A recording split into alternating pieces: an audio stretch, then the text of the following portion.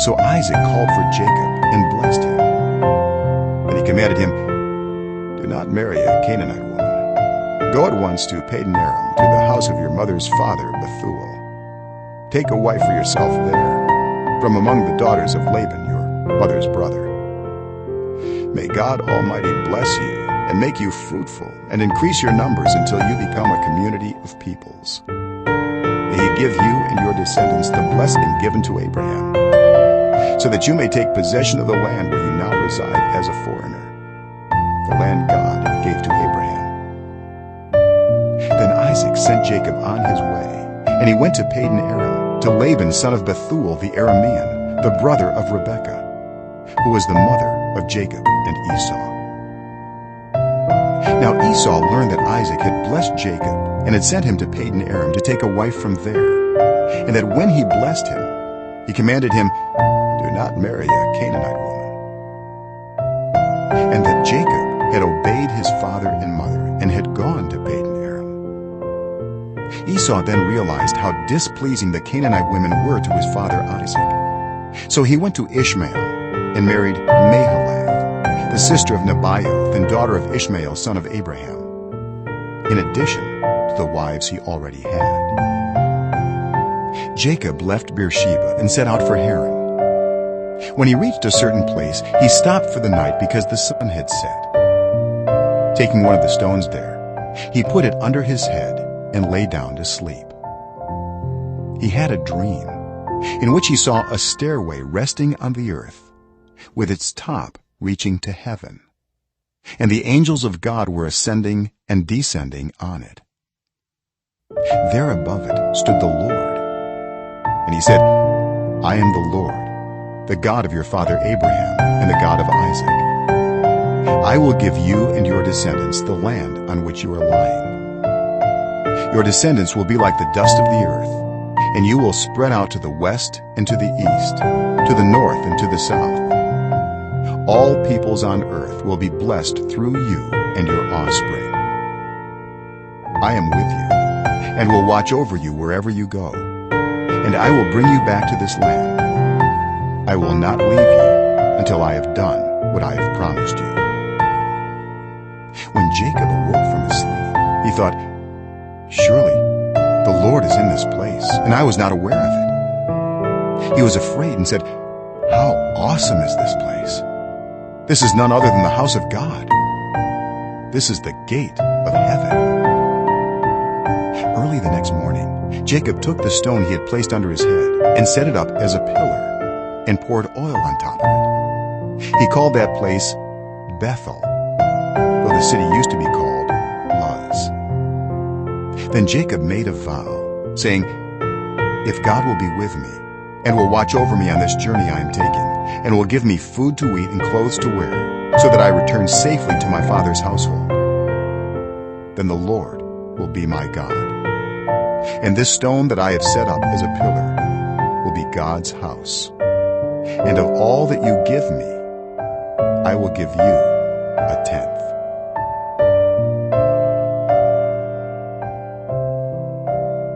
Chapter 29. Then Jacob continued on his journey and came to the land of the eastern peoples. There he saw a well in the open country, with 3 flocks of sheep lying near it, because the flocks were watered from that well. The stone over the mouth of the well was large. When all the flocks were gathered there, the shepherds would roll the stone away from the well's mouth and water the sheep.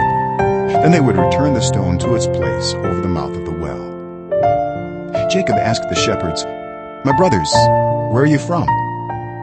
"We're from Haran," they replied. He said to them, "Do you know Laban, Nahor's grandson?" "Yes, we know him," they answered. Then Jacob asked them, "Is he well?" "Yes, he is," they said. "And here comes his daughter Rachel with the sheep." "Look," he said, "the sun is still high. It is not time for the flocks to be gathered. Water the sheep and take them back to pasture." "We can't," they replied, "until all the flocks are gathered and the stone has been rolled away from the mouth of the well. Then we will water the sheep." While he was still talking with them, Rachel came with her father's sheep, for she was a shepherd. When Jacob saw Rachel, daughter of his uncle Laban, and Laban's sheep, he went over and rolled the stone away from the mouth of the well and watered his uncle's sheep. Then Jacob kissed Rachel and began to weep aloud. He had told Rachel that he was a relative of her father and a son of Rebekah. So she ran and told her father. As soon as Laban heard the news about Jacob, his sister's son, he hurried to meet him. He embraced him and kissed him and brought him to his home. And there Jacob told him all these things. Then Laban said to him, "You are my own flesh and blood." After Jacob had stayed with him for a whole month, Laban said to him, "Just because you're a relative of mine, should you work for me for nothing? Tell me what your wages should be." Now Laban had 2 daughters. The name of the older was Leah, and the name of the younger was Rachel. Leah had weak eyes, but Rachel had a lovely figure and was beautiful. Jacob was in love with Rachel and said, "I'll work for you 7 years in return for your younger daughter, Rachel." Laban said, "It's better that I give her to you than to some other man. Stay here with me." So Jacob served 7 years to get Rachel, but they seemed like only a few days to him because of his love for her. Then Jacob said to Laban, "Give me my wife. My time is completed, and I want to make love to her." So Laban brought together all the people of the place and gave a feast. But when evening came, he took his daughter Leah and brought her to Jacob, and Jacob made love to her. And Laban gave his servant Zilpah to his daughter as her attendant. When morning came, there was Leah. So Jacob said to Laban, "What is this you have done to me? I served you for Rachel, didn't I? Why have you deceived me?" Laban replied, "It is not our custom here to give the younger daughter in marriage before the older one. Finish this daughter's bridal week, then we will give you the younger one also, in return for another 7 years of work." And Jacob did so. He finished the week with Leah, and then Laban gave him his daughter Rachel to be his wife. Laban gave his servant Bilhah to his daughter Rachel as her attendant. Jacob made love to Rachel also, and his love for Rachel was greater than his love for Leah. And he worked for Laban another 7 years. When the Lord saw that Leah was not loved, he enabled her to conceive, but Rachel remained childless. Leah became pregnant and gave birth to a son. She named him Reuben, for she said, "It is because the Lord has seen my misery. Surely my husband will love me now." She conceived again, and when she gave birth to a son, she said, "Because the Lord heard that I am not loved, he gave me this one too." So she named him Simeon. Again she conceived, and when she gave birth to a son, she said, "Now at last my husband will become attached to me, because I have borne him 3 sons." So he was named Levi. She conceived again, and when she gave birth to a son, she said, "This time I will praise the Lord." So she named him Judah. Then she stopped having children.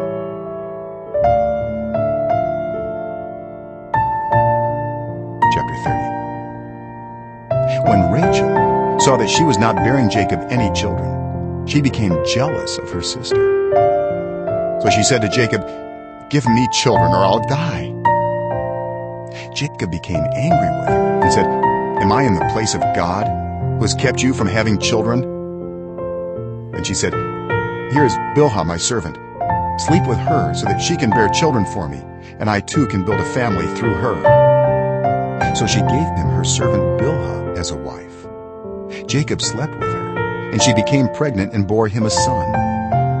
Then Rachel said, "God has vindicated me. He has listened to my plea and given me a son." Because of this, she named him Dan. Rachel's servant Bilhah conceived again and bore Jacob a second son. Then Rachel said, "I have had a great struggle with my sister, and I have won." So she named him Naphtali. When Leah saw that she had stopped having children, she took her servant Zilpah and gave her to Jacob as a wife. Leah's servant Zilpah bore Jacob a son. Then Leah said, "What good fortune." So she named him Gad. Leah's servant Zilpah bore Jacob a second son. Then Leah said, "How happy I am. The women will call me happy." So she named him Asher. During wheat harvest, Reuben went out into the fields and found some mandrake plants, which he brought to his mother Leah. Rachel said to Leah, "Please, give me some of your son's mandrakes." But she said to her, "Wasn't it enough that you took away my husband? Will you take my son's mandrakes too?" "Very well," Rachel said. "He can sleep with you tonight in return for your son's mandrakes." So when Jacob came in from the fields that evening, Leah went out to meet him. "You must sleep with me," she said. "I have hired you with my son's mandrakes." So he slept with her that night. God listened to Leah, and she became pregnant and bore Jacob a fifth son. Then Leah said, "God has rewarded me for giving my servant to my husband." So she named him Issachar. Leah conceived again and bore Jacob a sixth son. Then Leah said, "God has presented me with a precious gift. This time my husband will treat me with honor, because I have borne him 6 sons." So she named him Zebulun. Sometime later she gave birth to a daughter and named her Dinah. Then God remembered Rachel. He listened to her and enabled her to conceive. She became pregnant and gave birth to a son and said, "God has taken away my disgrace." She named him Joseph and said, "May the Lord add to me another son." After Rachel gave birth to Joseph, Jacob said to Laban, "Send me on my way so I can go back to my own homeland. Give me my wives and children for whom I have served you, and I will be on my way. You know how much work I've done for you." But Laban said to him, "If I have found favor in your eyes, please stay. I have learned by divination that the Lord has blessed me because of you." He added, "Name your wages and I will pay them." Jacob said to him, "You know how I have worked for you and how your livestock has fared under my care. The little you had before I came has increased greatly, and the Lord has blessed you wherever I have been. But now, when may I do something for my own household?" "What shall I give you?" he asked. "Don't give me anything," Jacob replied. "But if you will do this one thing for me, I will go on tending your flocks and watching over them. Let me go through all your flocks today and remove from them every speckled or spotted sheep, every dark-colored lamb, and every spotted or speckled goat. They will be my wages. And my honesty will testify for me in the future whenever you check on the wages you have paid me. Any goat in my possession that is not speckled or spotted, or any lamb that is not dark-colored, will be considered stolen." "Agreed," said Laban. "Let it be as you have said." That same day he removed all the male goats that were streaked or spotted, and all the speckled or spotted female goats, all that had white on them, and all the dark-colored lambs, and he placed them in the care of his sons. Then he put a 3-day journey between himself and Jacob, while Jacob continued to tend the rest of Laban's flocks. Jacob, however, took fresh-cut branches from poplar, almond, and plane trees, and made white stripes on them by peeling the bark and exposing the white inner wood of the branches. Then he placed the peeled branches in all the watering troughs, so that they would be directly in front of the flocks when they came to drink. When the flocks were in heat and came to drink, they mated in front of the branches, and they bore young that were streaked or speckled or spotted. Jacob set apart the young of the flock by themselves, but made the rest face the streaked and dark-colored animals that belonged to Laban. Thus he made separate flocks for himself and did not put them with Laban's animals. Whenever the stronger females were in heat, Jacob would place the branches in the troughs in front of the animals, so they would mate near the branches. But if the animals were weak, he would not place them there. So the weak animals went to Laban, and the strong ones to Jacob. In this way, the man grew exceedingly prosperous and came to own large flocks and female and male servants and camels and donkeys.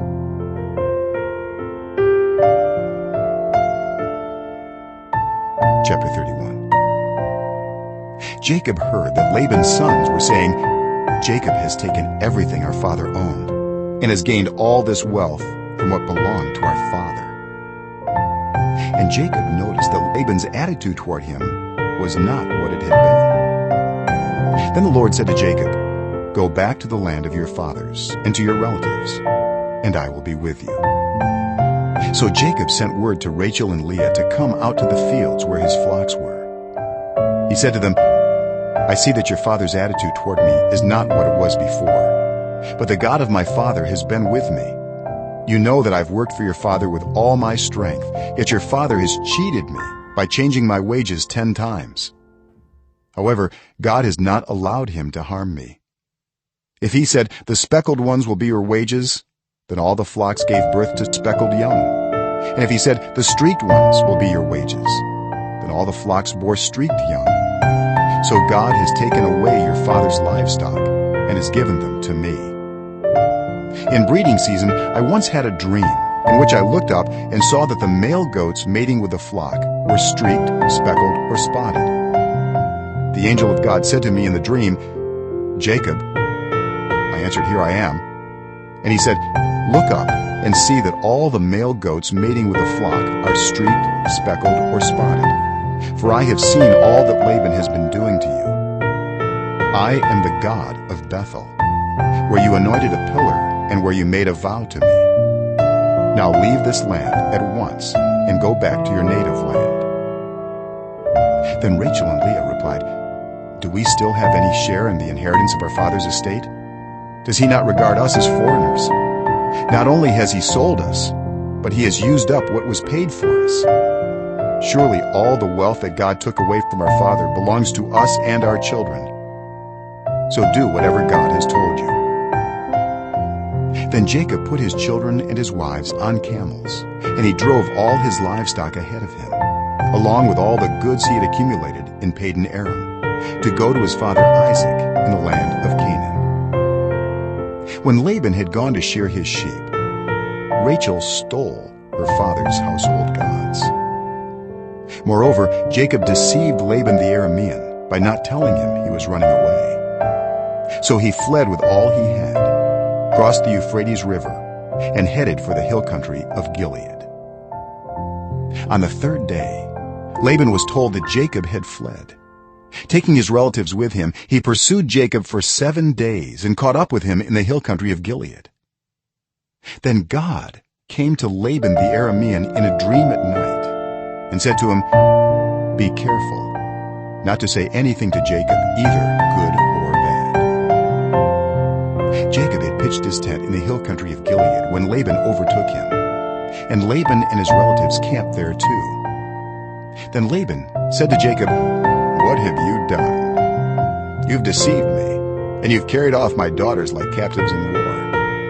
Why did you run off secretly and deceive me? Why didn't you tell me so I could send you away with joy and singing to the music of timbrels and harps? You didn't even let me kiss my grandchildren and my daughters goodbye. You have done a foolish thing. I have the power to harm you. But last night the God of your father said to me, 'Be careful not to say anything to Jacob, either good or bad.' Now you have gone off because you long to return to your father's household. But why did you steal my gods?" Jacob answered Laban, "I was afraid, because I thought you would take your daughters away from me by force.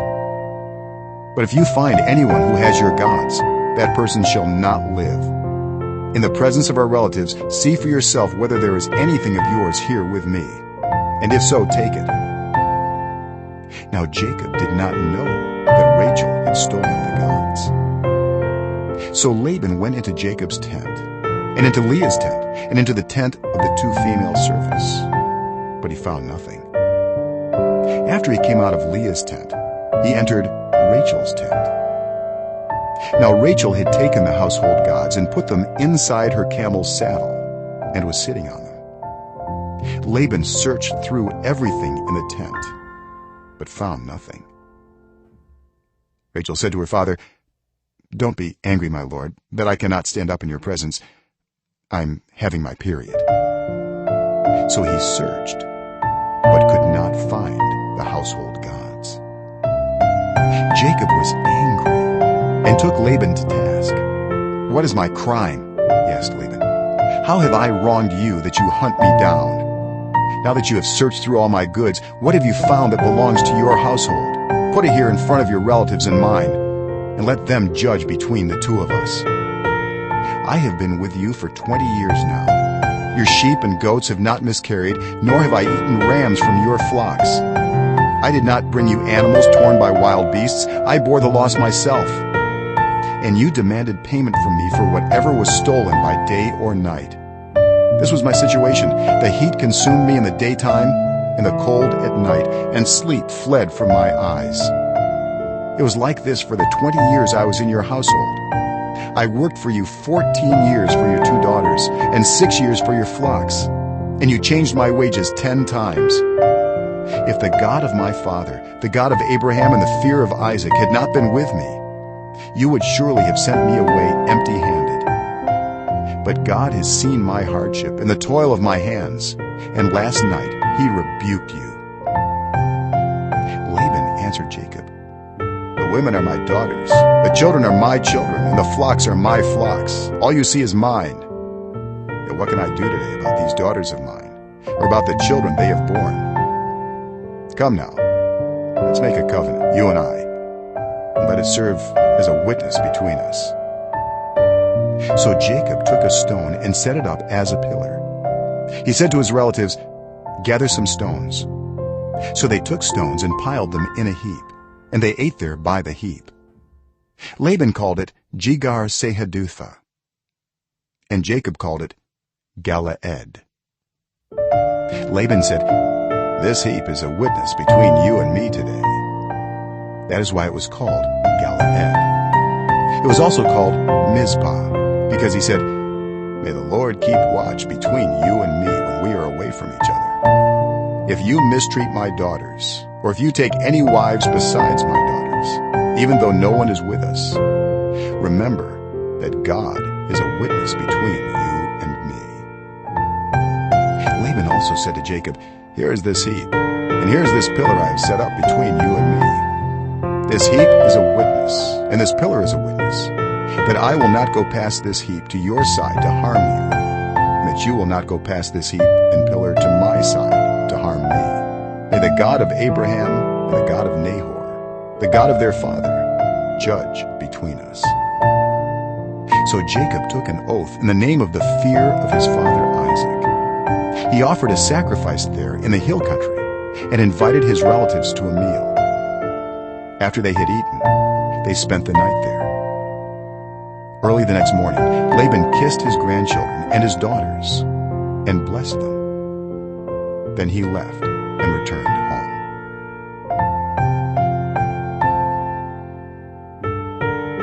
Chapter 32. Jacob also went on his way, and the angels of God met him. When Jacob saw them, he said, "This is the camp of God." So he named that place Mahanaim. Jacob sent messengers ahead of him to his brother Esau in the land of Seir, the country of Edom. He instructed them, "This is what you are to say to my lord Esau. Your servant, Jacob, says, I have been staying with Laban and have remained there till now. I have cattle and donkeys, sheep and goats, male and female servants. Now I am sending this message to my lord, that I may find favor in your eyes." When the messengers returned to Jacob, they said, "We went to your brother Esau, and now he is coming to meet you, and 400 men are with him." In great fear and distress, Jacob divided the people who were with him into 2 groups, and the flocks and herds and camels as well. He thought, if Esau comes and attacks one group, the group that is left may escape. Then Jacob prayed, "O God of my father Abraham, God of my father Isaac, Lord, you who said to me, 'Go back to your country and your relatives, and I will make you prosper.' I am unworthy of all the kindness and faithfulness you have shown your servant. I had only my staff when I crossed this Jordan, but now I have become 2 camps. Save me, I pray, from the hand of my brother Esau, for I am afraid he will come and attack me, and also the mothers with their children. But you have said, I will surely make you prosper, and will make your descendants like the sand of the sea, which cannot be counted. He spent the night there, and from what he had with him, he selected a gift for his brother Esau: 200 female goats and 20 male goats, 200 ewes and 20 rams, 30 female camels with their young, 40 cows and 10 bulls, and 20 female donkeys and 10 male donkeys. He put them in the care of his servants, each herd by itself, and said to his servants, Go ahead of me, and keep some space between the herds. He instructed the one in the lead, When my brother Esau meets you and asks, Who do you belong to, and where are you going, and who owns all these animals in front of you? Then you are to say, They belong to your servant Jacob. They are a gift sent to my lord Esau, and he is coming behind us. He also instructed the second, the third, and all the others who followed the herds. You are to say the same thing to Esau when you meet him. And be sure to say, Your servant Jacob is coming behind us. For he thought, I will pacify him with these gifts I am sending on ahead. Later when I see him, perhaps he will receive me. So Jacob's gifts went on ahead of him, but he himself spent the night in the camp. That night, Jacob got up and took his 2 wives, his 2 female servants, and his 11 sons, and crossed the ford of the Jabbok. After he had sent them across the stream, he sent over all his possessions. So Jacob was left alone, and a man wrestled with him till daybreak. When the man saw that he could not overpower him, he touched the socket of Jacob's hip, so that his hip was wrenched as he wrestled with the man. Then the man said, Let me go, for it is daybreak. But Jacob replied, I will not let you go unless you bless me. The man asked him, What is your name? Jacob, he answered. Then the man said, Your name will no longer be Jacob, but Israel, because you have struggled with God and with humans, and have overcome. Jacob said, Please, tell me your name. But he replied, Why do you ask my name? Then he blessed him there. So Jacob called the place Peniel, saying, It is because I saw God face to face, and yet my life was spared. The sun rose above him as he passed Peniel, and he was limping because of his hip. Therefore to this day the Israelites do not eat the tendon attached to the socket of the hip, because the socket of Jacob's hip was touched near the tendon.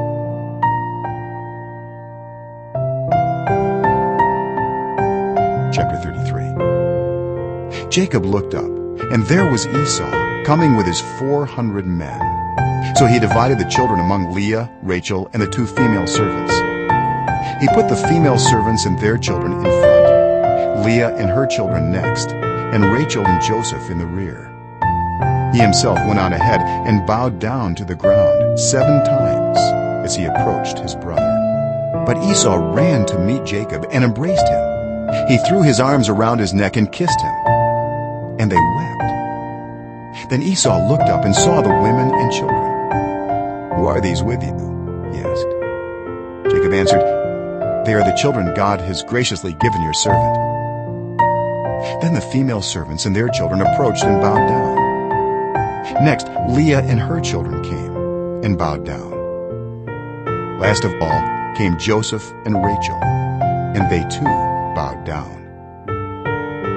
Esau asked, What's the meaning of all these flocks and herds I met? To find favor in your eyes, my lord, he said. But Esau said, I already have plenty, my brother. Keep what you have for yourself. No, please, said Jacob. If I have found favor in your eyes, accept this gift from me.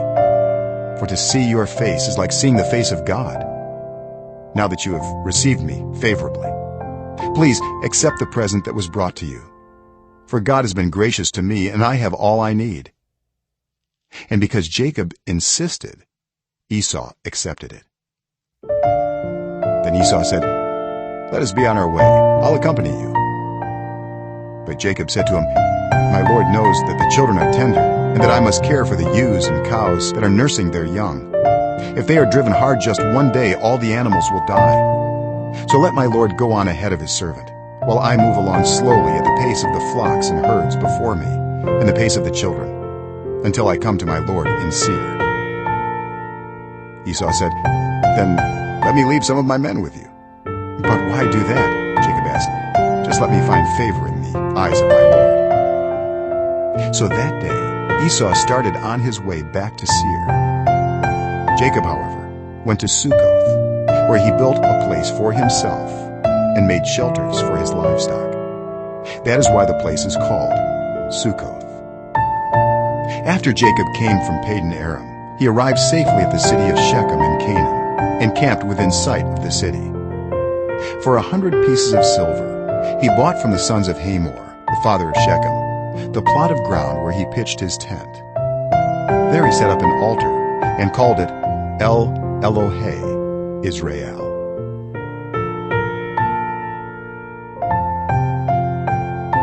Chapter 34. Now Dinah, the daughter Leah had borne to Jacob, went out to visit the women of the land. When Shechem, son of Hamor the Hivite, the ruler of that area, saw her, he took her and raped her. His heart was drawn to Dinah, daughter of Jacob. He loved the young woman and spoke tenderly to her. And Shechem said to his father Hamor, "Get me this girl as my wife." When Jacob heard that his daughter Dinah had been defiled, his sons were in the fields with his livestock, so he did nothing about it until they came home. Then Shechem's father Hamor went out to talk with Jacob. Meanwhile, Jacob's sons had come in from the fields as soon as they heard what had happened. They were shocked and furious because Shechem had done an outrageous thing in Israel by sleeping with Jacob's daughter, a thing that should not be done. But Hamor said to them, "My son Shechem has his heart set on your daughter. Please give her to him as his wife. Intermarry with us. Give us your daughters and take our daughters for yourselves. You can settle among us. The land is open to you. Live in it, trade in it, and acquire property in it." Then Shechem said to Dinah's father and brothers, "Let me find favor in your eyes, and I will give you whatever you ask. Make the price for the bride and the gift I am to bring as great as you like, and I'll pay whatever you ask me. Only give me the young woman as my wife."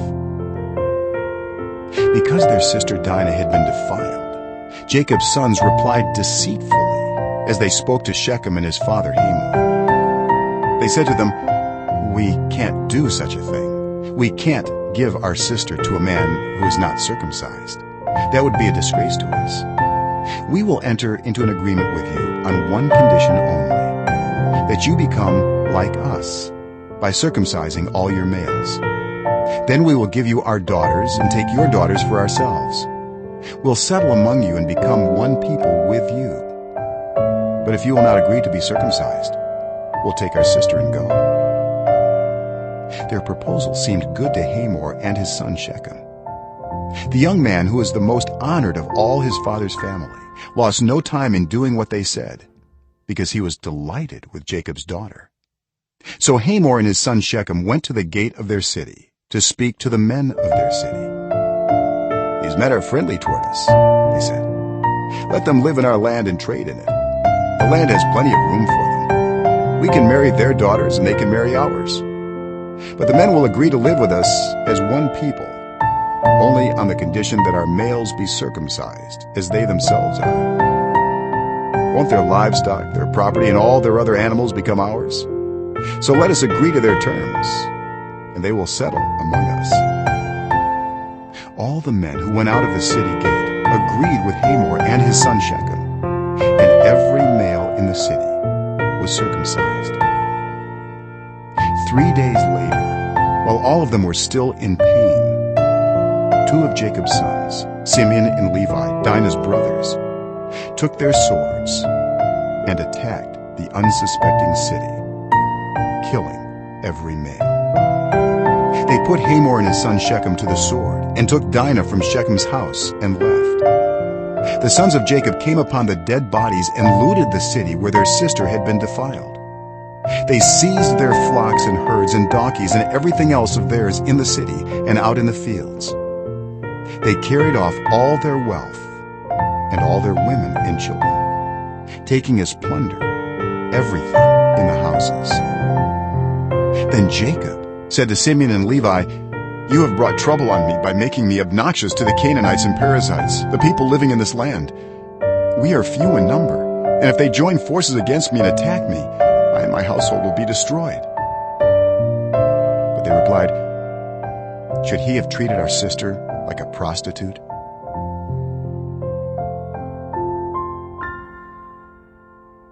Chapter 35.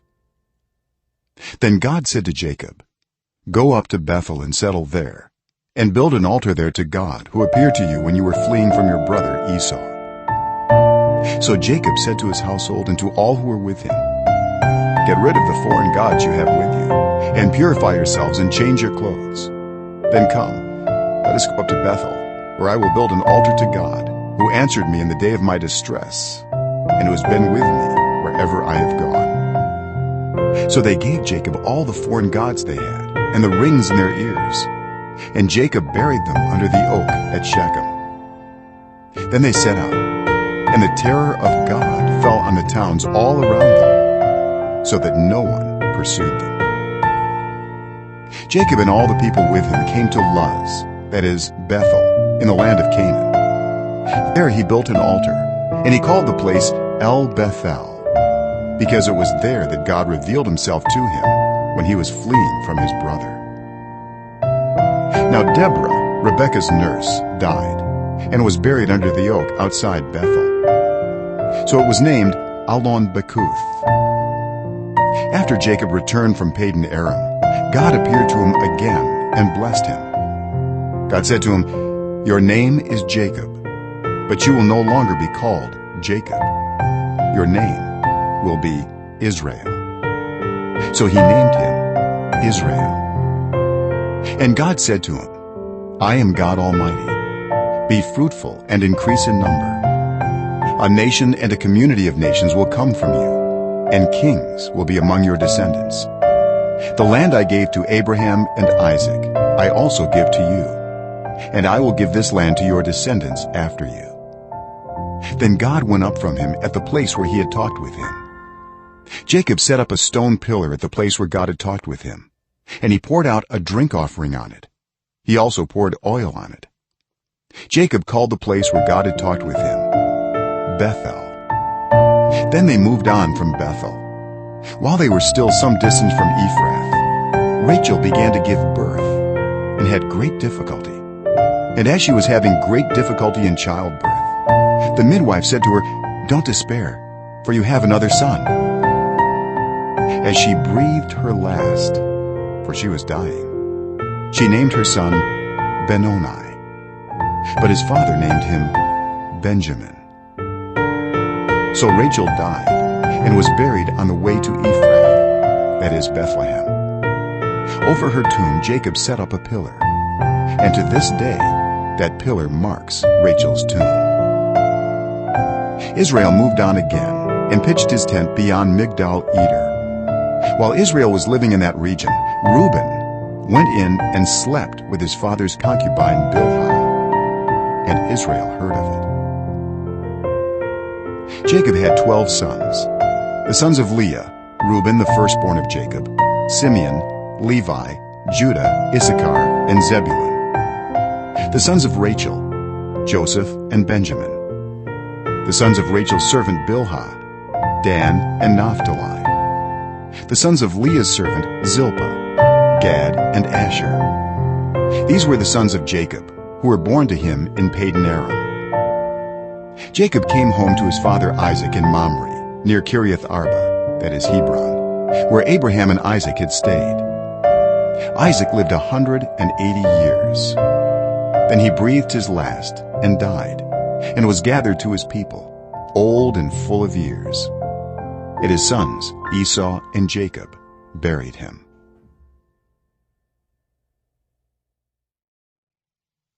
Chapter 36. This is the account of the family line of Esau, that is, Edom.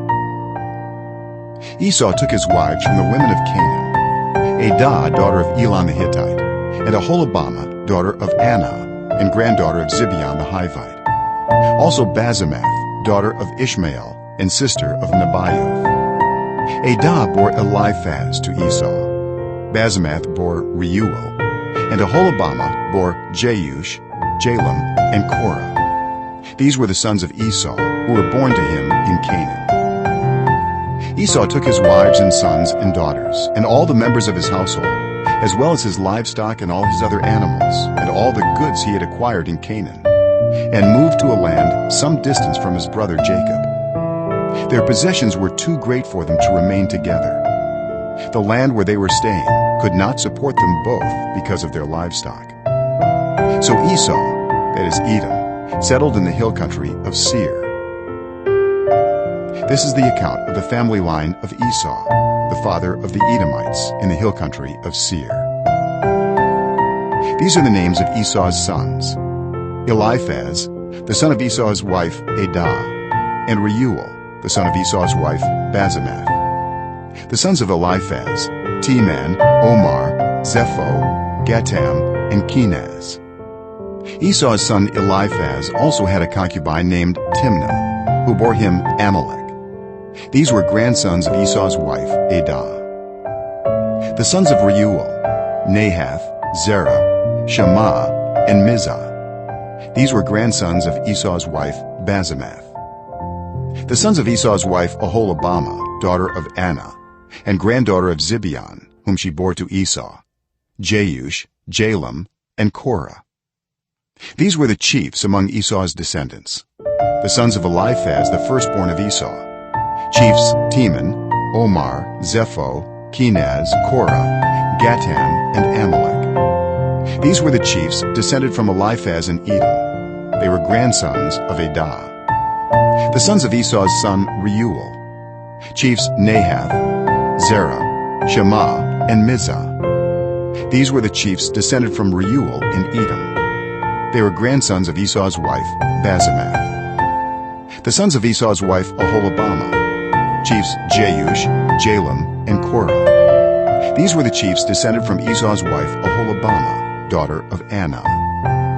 These were the sons of Esau, that is Edom, and these were their chiefs.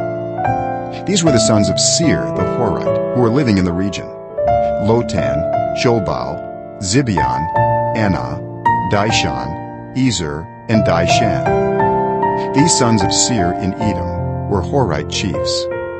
The sons of Lotan: Hori and Homam. Timnah was Lotan's sister.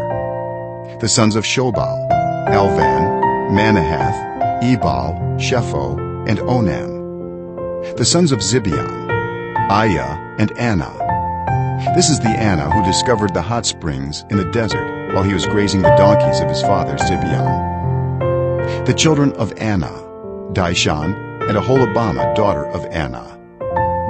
The sons of Dishon: Hemdan, Eshban, Ithran, and Karan. The sons of Ezer: Bilhan, Zayavin, and Achan. The sons of Dishan: Uz and Aran. These were the Horite chiefs: Lotan, Shobal, Zibeon, Anah, Dishon, Ezer, and Dishan. These were the Horite chiefs according to their divisions in the land of Seir. These were the kings who reigned in Edom before any Israelite king reigned. Bela, son of Beor, became king of Edom.